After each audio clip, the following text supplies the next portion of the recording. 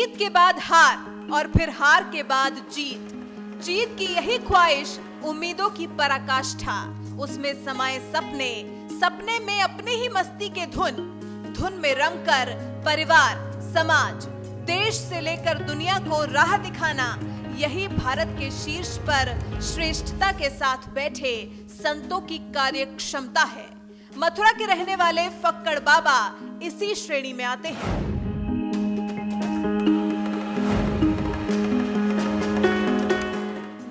के महासंग्राम में 16 बार हार कर भी जीत की उम्मीद कैसे बरकरार रखनी है, इसे जीवन की सतह पर उतार कर कैसे लोकतंत्र के महापर्व को विराट बनाना है, ये सीखना है तो फक्कड़ बाबा से सीखिए, समझिए, जीवन में उतारिए, खुद को बताइए जीवन में हार के बाद जीत है। जीत से ही जिंदगी की गाड़ी की रफ्तार है। मंजिल तक पहुंचकर दूसरों को नई दिशा और देने की एक बड़ी सीख है। फक्कड़ बाबा उम्र के इस पड़ाव में वही कर रहे हैं। फक्कड़ बाबा रामायणी मथुरा का एक जाना पहचाना नाम है। उपलब्धियों से ज्यादा उस हार के लिए जाने जाते हैं जो उन्हें 16 बार जनता ने अस्वीकार करके दी।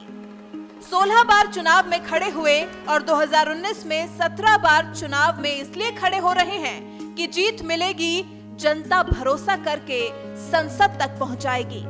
साल 1976 से लगातार लोकसभा और विधानसभा चुनावों में निर्दलीय के रूप में चुनाव लड़ने वाले मथुरा के फक्कड़ बाबा रामायणी एक बार फिर मथुरा लोकसभा सीट से चुनाव लड़ने की तैयारी में जुटे हैं।